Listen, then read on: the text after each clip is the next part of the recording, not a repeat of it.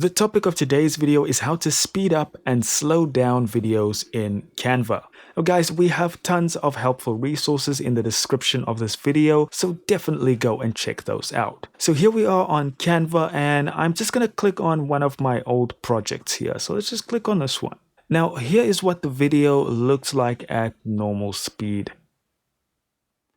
And I will warn you that Canva's speed and slow down option is actually terrible, but it's the best we've got built into Canva. So what you want to do is simply click on your clip. Sometimes right clicking helps as well if it doesn't show up. You want to click on top here and this will allow you to adjust speeds.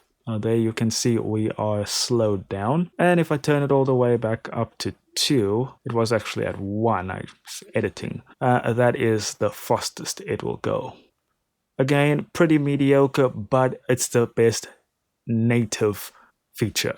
Thank you so much for watching. Do consider liking and subscribing. Don't forget to check out the links in the description of this video, and I'll see you in the next video.